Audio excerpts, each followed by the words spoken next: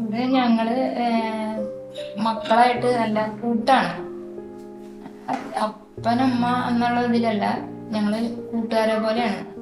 കളിയും ചിരിയും, അത് ചിലപ്പോ വഴക്കും ഒക്കെ ഉണ്ടാവും. പക്ഷെ അത് കഴിയുമ്പോഴേക്കും ഞങ്ങൾ സ്നേഹമായി. അത് അങ്ങനെ ഒരു എന്തെങ്കിലും തല്ലുകൂടി അങ്ങനെ ഒരു ചിന്തയൊന്നും ഞങ്ങൾക്ക് ഉണ്ടാവില്ല. ഞങ്ങൾ പിന്നെയും ഇങ്ങനെ കൂട്ടായി നല്ല അത് സന്തോഷമാണ്.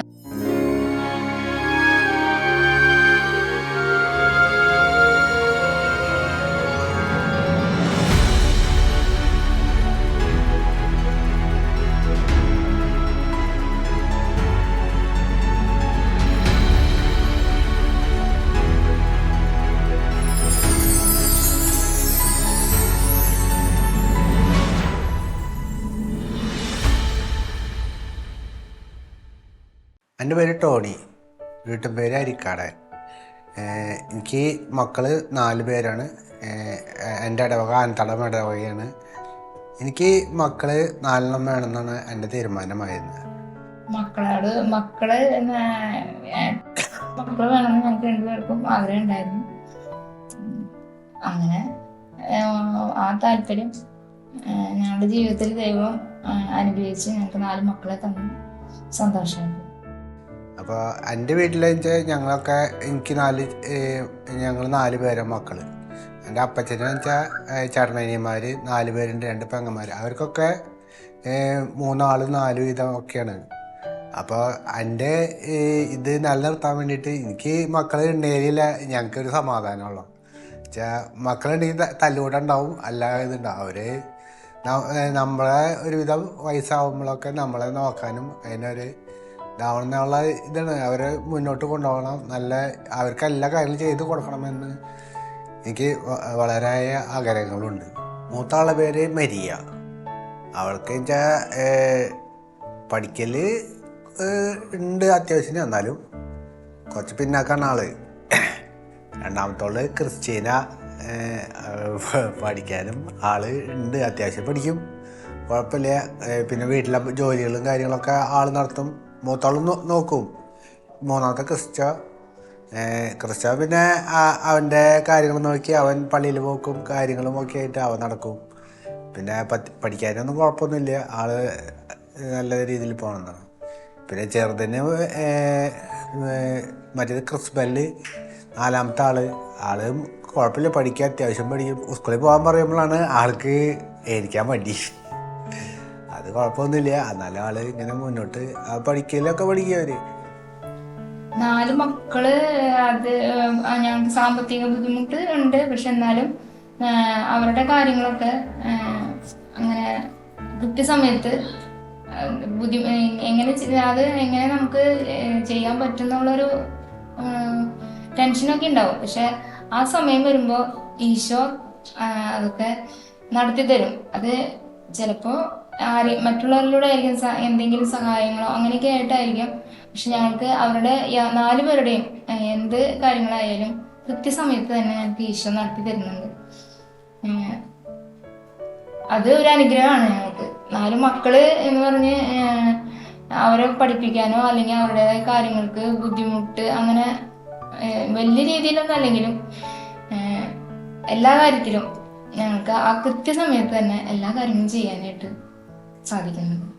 നമുക്കിപ്പോൾ അവരുടെ കാര്യത്തിൽ വെച്ചാൽ ഒരു ബുദ്ധിമുട്ടില്ല. നമുക്ക് ഇപ്പോൾ എൻ്റെ കൂടെ ഇവിടെ ഉള്ളിടത്തോളം കാലം വരെ നമുക്ക് മുന്നോട്ട് പോകാൻ പറ്റുന്നുള്ളത് നല്ല ധൈര്യമുണ്ട്. എന്ന് വെച്ചാൽ എല്ലാ കാര്യങ്ങളും ആളിനെ ഏൽപ്പിച്ച് ചെയ്യണം. ഞാൻ വെച്ചാൽ നമുക്ക് പുറത്ത് പോയി ഒരു കാര്യം, അപ്പോൾ പൈസയുടെ കാര്യങ്ങളായാലും വീട്ടിലെ കാര്യങ്ങളായാലും എല്ലാ സാധനങ്ങളും ആളായിട്ടാണ് നോക്കണം. അപ്പോൾ എനിക്ക് ആളില്ലാണ്ട് എനിക്ക് പറ്റില്ല. ഇപ്പോൾ ഞാൻ എപ്പോൾ നേരം വൈകിയോ ഇവിടെ നേരം വൈകിയോ ഞങ്ങൾക്ക് എല്ലാവർക്കും പേടിയാണ് ഇത് എവിടെ പോയി എന്നുള്ള ഇതിൽ. ഇപ്പോൾ എപ്പോഴും ഞങ്ങൾ എങ്ങോട്ട് പോയാലും ഞങ്ങൾ എല്ലാവരും ഒരുമിച്ച് പോവുള്ളൂ.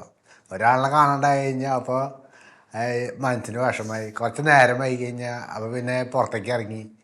അത് നമുക്ക് എപ്പോഴും ഒരാൾ ഇവിടെ ഇടയിൽ നിന്ന് പോയി കഴിയുമ്പോൾ നമുക്ക് ഭയങ്കര വിഷമമാണ്. അതായത് ആരും ഇങ്ങോട്ട് പോക്കധികം വരവൊന്നുമില്ല. നമ്മൾ നമ്മുടെ കുടുംബത്ത് ജോലി കഴിഞ്ഞ് നമ്മളിവിടെ സെറ്റായി.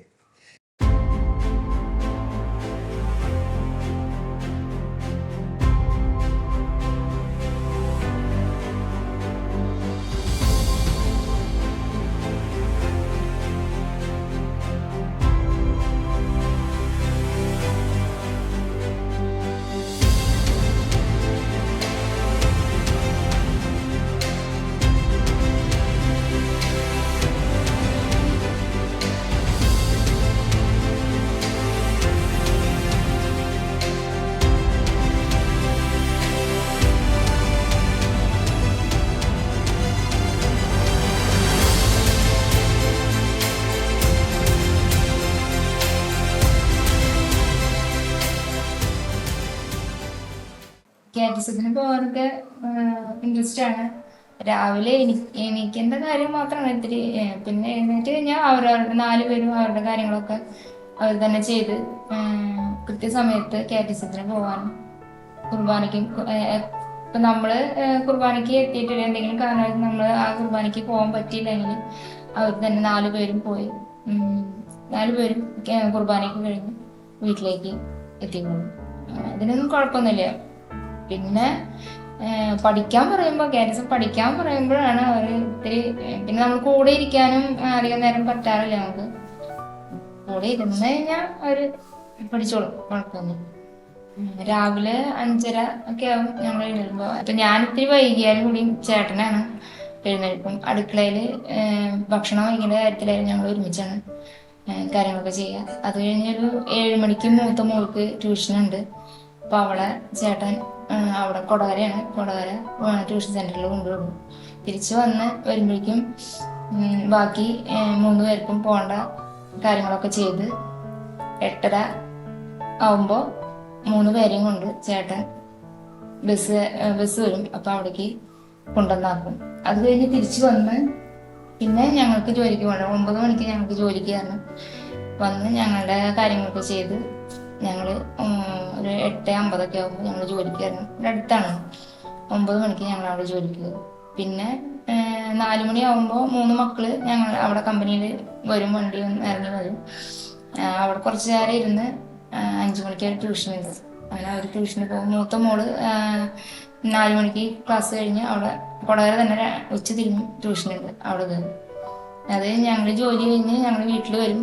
വീട്ടിൽ വന്ന് എന്തെങ്കിലും ചായ എന്തെങ്കിലുമൊക്കെ ഉണ്ടാക്കി വെച്ചതിന് ശേഷം 7, 6:45, 7 മണിയോടുകൂടി 3 മക്കളുടെ ട്യൂഷൻ ഇവിടെ അടുത്താണ്, പറഞ്ഞ് അത് കഴിയും. ചേട്ടൻ പോയി അവരെ 3 പേരെയും കൊണ്ടുവരാൻ പോകുമ്പോൾ തന്നെ മൂത്ത ആള് ബസ് ഇറങ്ങി വരുന്നുണ്ട്. അപ്പൊ അവളെ വീട്ടിലാക്കിയിട്ട് തിരിച്ചു പോയിട്ട് 3 പേരെയും കൊണ്ട് വീട്ടിലേക്ക് വരും. ഞങ്ങളിവിടെ വന്നു കഴിഞ്ഞാൽ എല്ലാവരും കഴുകി വന്ന് എല്ലാവരും വിശപ്പോടുകൂടിയാണ് വരുന്നത്.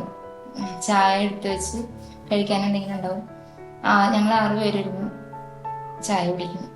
ചായ കുടിയൊക്കെ കഴിഞ്ഞ് കഴിഞ്ഞാൽ കുറച്ച് നേരമൊക്കെ ഇന്ന് വർത്താനം പറഞ്ഞിരിക്കും. അത് കഴിയുമ്പോൾ എല്ലാവരും കുളിക്കാനും പോയി കുളിയൊക്കെ കഴിഞ്ഞ് വരും.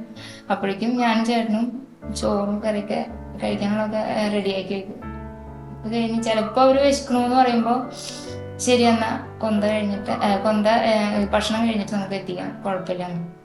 അപ്പൊ ചായക്ക് എന്തെങ്കിലും നേരിയതായിട്ടൊക്കെ ഉണ്ടാവുള്ളൂ. അപ്പൊ അതുകൊണ്ടായിരിക്കും അവർ വിശക്കണം പറയാം. അപ്പൊ ഭക്ഷണം കൊടുത്ത് ഞങ്ങൾ കൊന്തയെത്തിക്കും.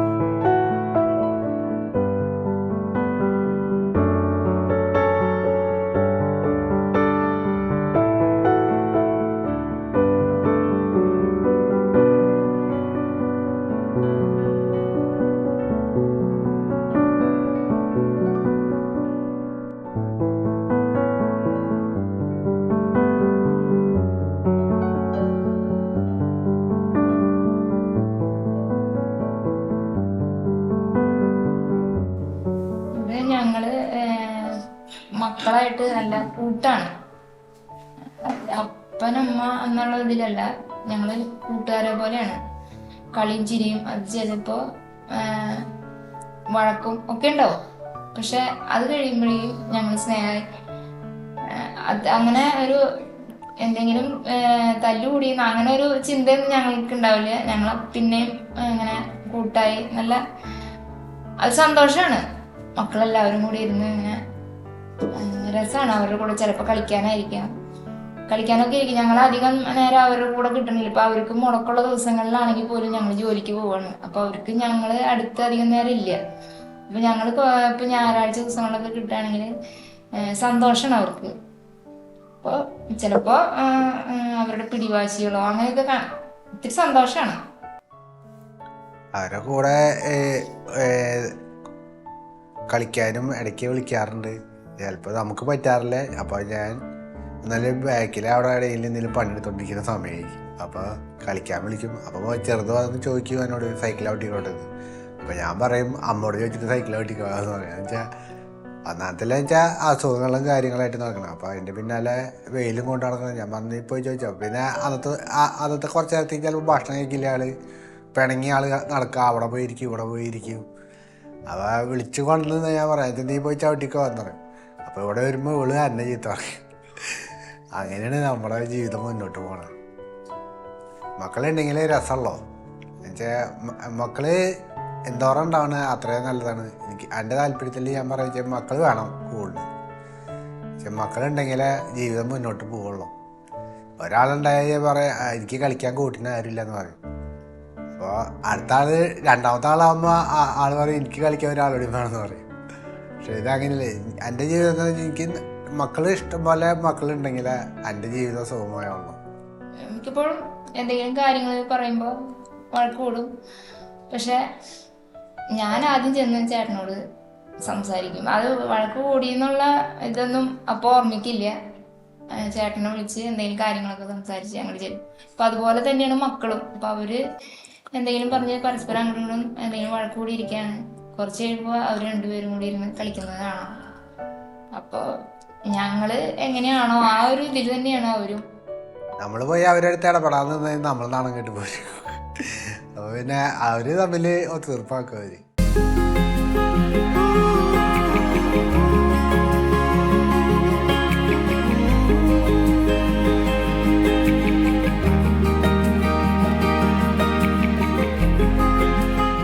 അതായത് എൻ്റെ കൂടെ ഉണ്ടായിരുന്ന എൻ്റെ മൂത്ത ചേട്ടനും ചേട്ടൻ്റെ ഭാര്യയും പിന്നെ അമ്മ പിന്നെ ഞാൻ, അങ്ങനെ ഇത്ര പേരായിട്ട് ഞങ്ങൾ പോയത് പെണ്ണ് കാണാൻ. ചേട്ടനും ചേട്ടൻ്റെ അമ്മച്ചിയും ചേട്ടൻ്റെ ചേട്ടനും കൂടിയിട്ടാണ് എന്നെ പെണ്ണ് കാണാൻ വന്നത്. പെണ്ണ് കാണാൻ വന്നു. അവര് ഒന്നും പറഞ്ഞില്ല. പിന്നെ ഇങ്ങനെ അവരുടെ കാര്യങ്ങൾ ഇങ്ങനെ പറഞ്ഞപ്പോൾ ചേട്ടന് കണ്ണിന് കാഴ്ച കുറവുണ്ടെന്ന് പറഞ്ഞു.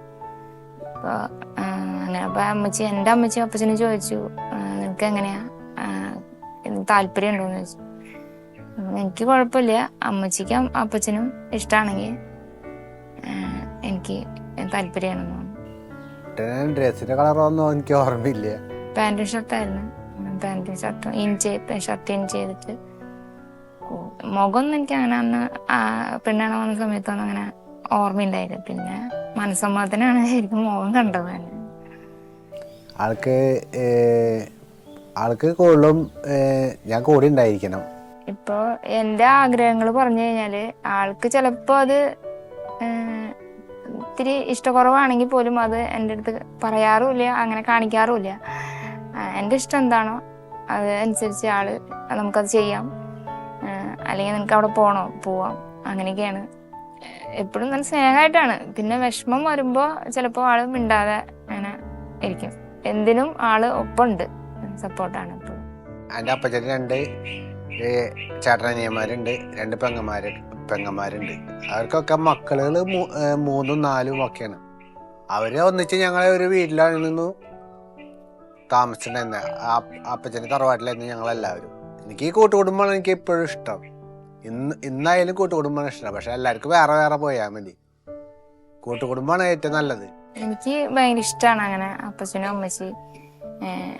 ഇപ്പൊ നമ്മള് ഇപ്പൊ മക്കളെ ഇപ്പൊ ഇവിടെ ആണെങ്കിൽ ഞങ്ങളത് മക്കളെ തനിച്ചിരുത്തിയിട്ടാണ്. ഇപ്പൊ എന്തെങ്കിലും അത്യാവശ്യത്തിന് പോകേണ്ടി വന്നാൽ രാത്രി ആയാലും ഞങ്ങൾ വരുന്നത് വരെ മക്കളോട് തനിച്ച. അപ്പോൾ അങ്ങനെ ആ ഒരു സാഹചര്യത്തിൽ അവരുണ്ടാവും കൂടെ എന്ന് ആ ഒരു ഇത് ഭയങ്കര ഇഷ്ടമാണ്. മക്കളോട് അവരുടെ അപ്പാപ്പനും അമ്മമ്മയും ഒപ്പം ഇരുന്ന് സംസാരിക്കുന്നത് അതൊക്കെ ഒത്തിരി ഇഷ്ടമാണ്. പക്ഷെ എനിക്ക് എന്തോ ഭാഗ്യം ഒത്തിരി കുറവാണ്. യാത്രയ്ക്ക് ഒന്നും ഞങ്ങൾ പോവാറില്ല. ഞങ്ങളുടെ യാത്ര എന്ന് വെച്ചാൽ ഞങ്ങളുടെ പണിസ്ഥലം, ഞങ്ങളുടെ വീട്, ഞങ്ങളുടെ മക്കള്. ഞങ്ങൾക്ക് ഈ യാത്രയ്ക്ക് പോകാനായിട്ട് പിള്ളേർ സ്കൂളൊക്കെ പോയിട്ട് കഴിഞ്ഞാലേ ഞങ്ങൾക്ക് യാത്രയ്ക്ക് പോകാൻ പറ്റുള്ളൂ. അല്ലെങ്കിൽ ഞങ്ങൾക്ക് വീടും പണിസ്ഥലവും ഇത്രയും മാത്രമേ. പിന്നെ പള്ളി, ഇതല്ലാണ്ട് ഞങ്ങൾക്ക് വേറെ എവിടേക്ക് പോകാൻ പറ്റില്ല. ഞങ്ങൾ യാത്ര ചെയ്തിട്ടുള്ളത് ഞങ്ങളുടെ വീട്ടിലേക്ക് തന്നെയാണ്. പിന്നെ അങ്ങനെ വേറെ സ്ഥലങ്ങളിലേക്കൊന്നും അങ്ങനെ എവിടെ പോയാലും ഞങ്ങൾ ഒരുമിച്ചുണ്ടാവണം എന്നുള്ളൊരു പ്രാർത്ഥനയുള്ളൂ. എല്ലാവരും ഒരുമിച്ച്. ഇപ്പോഴായാലും ഞങ്ങൾ എവിടെയെങ്കിലും പോവുകയാണെങ്കിൽ തനിച്ച് അങ്ങനെ പോവില്ല. ഇപ്പം ഞാൻ എന്തെങ്കിലും അത്യാവശ്യത്തിന് പോകണമെന്ന് പറഞ്ഞാൽ ചേട്ടൻ പറയും ഞാൻ ലീവ് എടുക്കാം, നമുക്ക് ഒരുമിച്ച് പോവാം. അങ്ങനെയാണ്. ഒറ്റയ്ക്ക് വിടാൻ ചേട്ടനും അതായത് ഒറ്റയ്ക്ക് പോകാൻ എനിക്കും അങ്ങനെ താല്പര്യമില്ല. രണ്ടുപേരും ഒരുമിച്ച്. അല്ലെങ്കിൽ എവിടെയെങ്കിലും പോവുകയാണെങ്കിൽ മക്കളും ഞങ്ങളെല്ലാവരും ഒരുമിച്ചാണ് എപ്പോഴും. ഞങ്ങൾ തമ്മിൽ അങ്ങനെ ദേഷ്യപ്പെട്ട 2 ആളും വന്ന ഇടയിലേക്ക് കയറും. എന്താ പറയുക, നിങ്ങൾ അങ്ങോട്ട് പോവാ ഇങ്ങോട്ട് പോവാന്നൊക്കെ പറയും. മൂത്ത മോളും ചെക്കനാണ് കൂടുതൽ ഇടപെടാ. മറ്റേ പിന്നെ ചെറുതടക്കി അന്ന് കയറും. ആളെ കയറി എന്നെ കൊണ്ടുവന്ന് അപ്പുറത്ത് വലിച്ചു കൊണ്ടിരുത്തും. അങ്ങനെ എന്തെങ്കിലും ഇത് വരുമ്പോ ചേട്ടന്റെ പറയും. അപ്പൊ ഇത് ശരിയല്ല എന്ന് തോന്നി കഴിഞ്ഞു കഴിഞ്ഞാൽ ഞാൻ സൈലന്റ് ആവും. ആൾക്ക് പറയാനുള്ളത് ആൾ പറയട്ടെ എന്നുള്ള രീതിയിൽ അത് പറഞ്ഞു കഴിയുമ്പോൾ ഞാൻ പറഞ്ഞു ചേട്ടാ അങ്ങനെയല്ല, ഇങ്ങനെയാണ് എന്നൊക്കെ പറഞ്ഞ് മയത്തില് നിൽക്കുമ്പോ ആള് ഓക്കെ ആവും. അത് കുറച്ച് നേരത്തേക്ക് ഞങ്ങൾ തമ്മിലുണ്ടോ പിറ്റേ ദിവസം ഞങ്ങൾ രണ്ടാളെ ഒരുമിച്ച് വണ്ടി പോകുന്നില്ല. അപ്പൊ പിന്നെ ഞങ്ങൾ കമ്പനിയാവും. അത് ഞാൻ രാവിലെ എണീക്കുമ്പോ തന്നെ അന്നത്തെ ദിവസം ദൈവത്തിനോട് പറയും, ഇന്ന് തന്നെ കണ്ണ് തുറന്നു തന്നതിനും എൻ്റെ ഇന്നത്തെ ഒരു ജീവിതത്തെ കുറിച്ച് ഞാൻ നന്ദി പറയാറുണ്ട്. അതായത് നമുക്ക് ഒരു ദിവസം കഴിഞ്ഞു പോകുമ്പോൾ പറയും ഇന്ന് തന്നെ പരിപാലിച്ച് ഈശോയ്ക്ക് നന്ദി പറയാറുണ്ട്. നാളെ നേരം വെളുക്കുമ്പോൾ എനിക്കോ ഇല്ലേന്നൊന്നും നമുക്ക് പറയാൻ പറ്റില്ല ആർക്കും. അപ്പോൾ നേരം വെളുക്കുമ്പോൾ ഞാൻ പറയും എൻ്റെ മക്കൾക്ക് കൂടെ ആരും ഇല്ല, എൻ്റെ ഭാര്യ മാത്രമേ ഉള്ളൂ. അപ്പം എനിക്ക് ഒരു ആപത്തും വരാതെ കാത്ത് രക്ഷിക്കണേന്ന് പറയും ഇന്ന് കാലത്ത് എനിക്കുന്ന ദിവസം. ഞാനിപ്പോൾ എന്ത് കാര്യം ചെയ്യായാലും അല്ലെങ്കിൽ എവിടേക്കെങ്കിലും യാത്ര, ഇപ്പോൾ വീട്ടിൽ നിന്ന് ഇറങ്ങുമ്പോഴായാലും എന്ത് കാര്യം ചെയ്യുമ്പോഴായാലും ഞാൻ കൂടുതൽ ഞാൻ മാതാവിനെയാണ് ആദ്യം വിളിക്കുക. മാതാവ് ഞാൻ ഇന്ന സ്ഥലത്തേക്ക് പോവാണ്, അല്ലെങ്കിൽ ഞങ്ങളെല്ലാവരും ഇറങ്ങുമ്പോൾ ഞങ്ങൾ പോവാണ്, അപ്പോൾ ഞങ്ങളുടെ കൂടെ ഉണ്ടായിരിക്കണം, ഒപ്പം ഈശോയും വേണം ഞങ്ങൾക്ക്. അങ്ങനെ ഇവിടുന്ന് ഇറങ്ങി ഇവിടുന്ന് പോയി ഇവിടെ എത്തോളം പ്രാർത്ഥനയുണ്ട് എൻ്റെ നാവില്, എത്രയും എന്തായാലും മാതാവ് എന്നുള്ള പ്രാർത്ഥന. അത് ഇവിടുന്ന് പോയി ഇവിടെ എത്തോളം അത് ചൊല്ലിയിട്ട് തന്നെയാണ് ഞങ്ങൾ പോയി വരാറ്. ഇതുവരെ തടസ്സങ്ങളോ ഒന്നും. ഇപ്പോൾ വണ്ടിമ്മ പോവാനും ചേട്ടന് കണ്ണിന് ഒരു ഇതുള്ളതുകൊണ്ട് രാത്രിയൊക്കെ യാത്ര ബുദ്ധിമുട്ടാണ്. പക്ഷെ ഒരാപത്തും കൂടാതെ ഈശോ ഞങ്ങളെ തിരിച്ച് വീട്ടിലെത്തിക്കുന്നുണ്ട്. മക്കളെ തനിച്ചാക്കിയിട്ടാണ് ഞങ്ങൾ പോയി വരുന്നത്. മക്കൾക്ക് പേടിയാണ്. ഇടയ്ക്കിടയ്ക്ക് അവർ വിളിച്ചുകൊണ്ടിരിക്കും. ഇപ്പൊ ഫോൺ ഇല്ലാത്ത ഒരു ഇതാണെങ്കിൽ പേടിച്ച് അവര് സന്ധ്യാപ്രാർത്ഥനയുണ്ട്, സന്ധ്യക്ക് ആ പ്രാർത്ഥനയൊക്കെ ചൊല്ലി 8 മണി 8:30 ആയാലും അവര് 4 പേര് ഇരുന്ന് കൊന്ത ചൊല്ലും. പേടിച്ച് അവര് വാതില് ഞങ്ങൾ പോയി കഴിഞ്ഞാൽ ഞങ്ങൾ വന്നിട്ട് തുറന്നാൽ മതി എന്ന് പറയണ കാരണം പുറത്തേക്കൊന്നും അവർ വരില്ല. ഞങ്ങൾ വരുന്നത് വരെ പേടിച്ചിരിക്കും. അപ്പോൾ ഒരാപത്തും കൂടാതെ ഞങ്ങൾക്ക് എന്തെങ്കിലും വന്നേ ഞങ്ങളുടെ മക്കൾക്ക് ആരുമില്ല, ഞങ്ങളുടെ ഈശോയ്ക്ക് അറിയാം. ഇതുവരെ ഒരാപത്തും കൂടാതെ ഞങ്ങളെ വീട്ടിൽ തിരിച്ചെത്തിച്ചു. എല്ലാം കൊണ്ടും ആള് എല്ലാ കാര്യങ്ങളും ചെയ്തിരുന്ന ആളാണ്. എന്ത് കാര്യത്തിലായാലും എൻ്റെ ഫ്രണ്ടില് ആളുണ്ട്. അത് കാരണം എനിക്ക് സന്തോഷമാണ്. പിന്നെ എന്താ വെച്ചാൽ എവിടേക്ക് പോയാലും എന്നോട് ആളോട് പറഞ്ഞിട്ടേ ഞാൻ പോവുള്ളൂ. അപ്പോൾ കുറച്ച് നേരം വൈകിയാലും ആള് വിഷമിക്കും. അപ്പോൾ ആള് ചിലപ്പോൾ വിളിക്കും. കൂടുതൽ പോകുന്നത് ആങ്ങളേരെ കൂടെ ആയിരിക്കും പോവുക. വേറെ കൂട്ടുകാരന്മാരെന്ന് വെച്ച് കഴിഞ്ഞാൽ കമ്പനിയിലുള്ള കൂട്ടുകാരന്മാരുണ്ട്. വേറെ പുറത്ത് ഇവിടെ അധികം എനിക്ക് ആരായിട്ട് കമ്പനിയില്ല. എന്നുവെച്ചാൽ ഞാൻ വന്ന് ഇവിടെ താമസിക്കുന്നത്. ഇവിടെയൊക്കെ പോയി അവരോട് വർത്താനമൊക്കെ പറയാറുണ്ട്. അവരൊക്കെ നല്ല ആൾക്കാരാണ്. അവരെ വെച്ച് നല്ല അഭിപ്രായമാണ് ഞങ്ങളെ പറ്റി. ഞങ്ങൾ വെച്ചാൽ വീട്ടിൽ നിന്ന് പിള്ളേർ ഞങ്ങൾ വരാണ്ട് വീട്ടിൽ നിന്ന് പുറത്തിറങ്ങും. വലിയ പിള്ളേർ അതായത് ഞങ്ങളും പണി കഴിഞ്ഞ് പിന്നെ പുറത്തിറങ്ങില്ല. വീട്ടിൽ വന്നു കഴിഞ്ഞാൽ ഞങ്ങൾ വീടിൻ്റെ അകത്ത് തന്നെയാണ്. പിന്നെ ആരെങ്കിലും വന്ന് അവിടുത്തെ ആൻറ്റിയോ അങ്കിളൊക്കെ വന്ന് വിളിച്ചു കഴിഞ്ഞാലാണ് ഞങ്ങൾ പുറത്തേക്ക് പോകുള്ളൂ. അതുവരെ വീടിൻ്റെ അകത്ത് തന്നെ ഉണ്ടാവും. മക്കൾ വേണം. മറ്റുള്ളവരെ എപ്പോഴും ആശ്രയിക്കാതെ നമുക്ക് സ്വന്തം കാലിൽ നിൽക്കാനുള്ള ആ ഒരു ഇത് നേടിയെടുക്കണം. പിന്നെ ഒരുപാട് വൈകി പോവരുത്. നമ്മുടെ ജോലിയൊക്കെ ആയി കഴിയുമ്പോൾ വിവാഹം കഴിക്കണം തന്നെയാണ്. മക്കളായിട്ട് സന്തോഷത്തോടെ ജീവിക്കാൻ തന്നെയാണ് പറയുന്നത്. എല്ലാവർക്കും ഇപ്പൊ കാശിനാക്കുന്നുള്ള വിചാരം മാത്രമേ ഉള്ളൂ അല്ലേ? അപ്പൊ ഇന്നിപ്പോ ആണുങ്ങളാണ് ഇപ്പൊ നമ്മുടെ നാട്ടിൽ കൂടുതൽ നിൽക്കണം. പെൺപിള്ളേരൊക്കെ പുറത്തേക്ക് കയറി പോവുക. പഠിപ്പ് കഴിഞ്ഞാൽ ഒക്കെ പുറത്തേക്ക് പോകുന്നത്. അപ്പൊ അത് കാരണം പെൺപിള്ളേരെ കിട്ടാൻ നാട്ടിലെ ആളില്ലേ.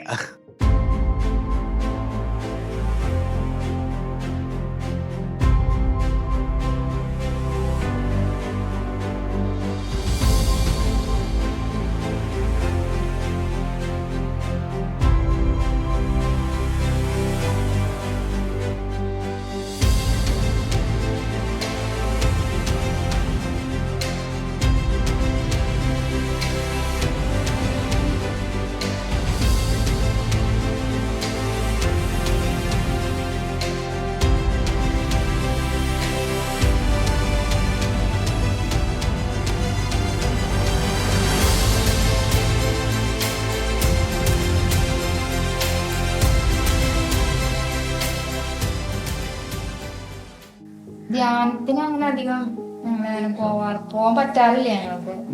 പിന്നെ ഇപ്പൊ പള്ളിയില് ധ്യാനം അങ്ങനെയൊക്കെ വരുമ്പോ പോവും. പള്ളിയിൽ ഇപ്പൊ എന്തെങ്കിലും കൊന്ത ധ്യാനം അങ്ങനെയൊക്കെ വരുമ്പോ ഞങ്ങൾക്ക് പോകാൻ പറ്റുന്ന സാഹചര്യമൊക്കെ ആണെങ്കിൽ ഞങ്ങൾ പോകും. കുർബാന ഞങ്ങള് നന്നായിട്ട് മുടക്കാറില്ല. മക്കളായാലും ഇപ്പൊ കടമുള്ള ദിവസങ്ങളിലൊന്നും കുർബാനകൾക്ക് മുടക്കാറില്ല. പിന്നെ ധ്യാനങ്ങൾക്കൊന്നും ഇപ്പൊ അങ്ങനെ ഞങ്ങൾക്ക് പോകാൻ പറ്റാറില്ല. 4 മക്കളും ഞങ്ങളെ സഹായിക്കുന്നുണ്ട്. പിന്നെ ഇപ്പൊ മൂത്താള് 10ലാണ്. അപ്പൊ പഠിക്കാനും ഇത്രയധികം ഉണ്ട് അവർക്ക്. അപ്പൊ ഇപ്പൊ ഞങ്ങള് ഇപ്പൊ എല്ലാവരും ഒരുമിച്ചാണ് ഞങ്ങളിപ്പോ വീട്ടിൽ വന്ന് കയറുന്നത്. അപ്പൊ അവര് ഞങ്ങളൊപ്പം സഹായിക്കും. പിന്നെ രണ്ടാമത്തെ മോള് ഇത്തിരി കൂടുതല്. അപ്പൊ അവളോട് പറയും, മൂത്ത ആളോട് പറയുന്നേക്കാൾ കൂടുതൽ രണ്ടാമത്തെ ആളോട് പറയും. അപ്പൊ ചെയ്തു തരാനും നല്ല മനസ്സുണ്ട്. ചിലപ്പോ ഇത്തിരി പണക്കത്തിലൊക്കെ നിൽക്കുകയാണെങ്കിൽ നല്ലോണം കൂടും, അതിൽ രക്ഷയില്ല. അപ്പൊ ആള് ചെയ്തു തരും. മോനാണെങ്കിലും ഇപ്പൊ സഹായിക്കാൻ അടുക്കളയില് അങ്ങനെ കാര്യമായിട്ടൊന്നും അങ്ങനെ ഇപ്പൊ അടിച്ചു വരെ മോൻ ചെയ്തോളൂ. ഇപ്പൊ നേരം വെളുത്ത് എഴുന്നേറ്റ് കഴിഞ്ഞാൽ ഉമ്മർത്തൊക്കെ കരടൊക്കെ ഉണ്ടെങ്കിൽ അമ്മ ഞാൻ ചൂലെടുത്ത് അടിച്ചോളാം, ഞാൻ അടിച്ചോളാം, അമ്മ അടിക്കണ്ട, മോൻ പോയി അടിച്ചോളൂ. അതിപ്പോ പെൺകുട്ടികൾ പോയി അടിക്കുന്നതിനേക്കാളും ഇതില് മോൻ പോയി അത് ചെയ്തോളൂ. അങ്ങനെ അവർക്ക് അങ്ങനെ മടിയൊന്നുമില്ല. കൊറോണ സമയം വന്നപ്പോ മക്കൾക്ക് പഠിക്കാനൊക്കെ ഫോണിലൂടെ ആയിരുന്നു കൊടുത്തിരുന്നത്. അത് കൊടുത്ത് പിന്നെ മൊബൈലിലെ എല്ലാ നമുക്കറിയാവുന്ന കൂടുതൽ ഇപ്പൊ മൊബൈലിലെ കാര്യങ്ങളൊക്കെ മക്കൾക്കാണ്. പിന്നെ ഇപ്പൊ മൊബൈലിൽ അങ്ങനെ അധികം പഠിക്കാനൊന്നും തരുന്നില്ല. നെറ്റുള്ള ഫോൺ ഇപ്പൊ ഞങ്ങളുടെ 2പേരുടെയും കയ്യിലാണ്. അപ്പൊ അതുകൊണ്ട് അത് വീട്ടിൽ വെക്കാറില്ല. അതുകൊണ്ട് അങ്ങനെ അവർക്ക് ഉപയോഗിക്കാൻ ഞങ്ങളുള്ളപ്പോൾ മാത്രമാണ് കൊടുക്കുന്നത്. പിന്നെ വീട്ടില് വരുമ്പോ അവര് അതെടുത്ത് കാണണമെന്ന് നിർബന്ധം പിടിക്കും. ചിലപ്പോൾ വാശി പിടിക്കും. ചിലപ്പോഴൊക്കെ പഠിക്കാനായിട്ട് അല്ലെങ്കിൽ എന്തെങ്കിലും ടീച്ചർമാരെ അയക്കുമ്പോഴൊക്കെ കൊടുക്കുക. അല്ലാതെ ഞങ്ങള് അങ്ങനെ കൊടുക്കാറില്ല. കുർബാനയ്ക്ക് കല്യാണത്തിന് ഉപ്പാടൊക്കെ കുർബാനയ്ക്ക് ഡെയിലി പോയിട്ടുണ്ടായിരുന്നത്. ഇപ്പോൾ എനിക്ക് പണിക്ക് പോണ കാരണം കൊണ്ട് രാവിലെ എനിക്ക് തന്നെ നേരം വയ്യും. അപ്പോൾ ഞായറാഴ്ച ദിവസം മാത്രം മുടക്കം വരുത്താറില്ല. ബാക്കി മറ്റുള്ള ദിവസങ്ങളൊന്നും പോകാൻ പറ്റില്ല എനിക്ക് ഇവിടുത്തെ ഇവരുടെ കാര്യങ്ങൾ ഇവിടെ എനിക്ക് നേരം വൈകും. അപ്പോൾ ചോറും കറിയും വയ്ക്കണം, ഞങ്ങൾക്ക് ചോറുണ്ടോണം, അവർക്ക് ചോറുണ്ടോ, അവർക്ക് ഭക്ഷണം കഴിച്ച് പോകണം. അപ്പോൾ എല്ലാം കൂടി നമുക്ക് നേരത്തെ ആയിട്ട് പോകാം. പിന്നെ ഇപ്പോഴത്തെ കാലാവസ്ഥ വെച്ചാൽ തണവ് ഉള്ള, അപ്പോൾ ഈ വണ്ടി ഓടിച്ച് അവിടെ എത്തിപ്പിക്കും ഞാൻ വശക്കേടാവും. മക്കള് വേണം. പിന്നെ സാമ്പത്തിക ബുദ്ധിമുട്ടോ അല്ലെങ്കിൽ വിദ്യാഭ്യാസം പഠിപ്പിക്കാനുള്ള ബുദ്ധിമുട്ടോ അതൊക്കെ ഈശോ നടത്തി തരും. നമ്മുടെ ജീവിതത്തിൽ ഇപ്പൊ പുഴ ഒഴുകുമ്പോ പല പ്രതിസന്ധികളും ഉണ്ടാവും. അതിനൊക്കെ തരണം ചെയ്തുകൊണ്ടാണല്ലോ. നമുക്ക് ബുദ്ധിമുട്ടുകളൊക്കെ ഉണ്ട്. പക്ഷെ അതൊക്കെ ആ സമയം വരുമ്പോ എല്ലാ വഴികളും നമുക്ക് ഈശോ തുറന്നു തരും. അത്രേ ഉള്ളൂ.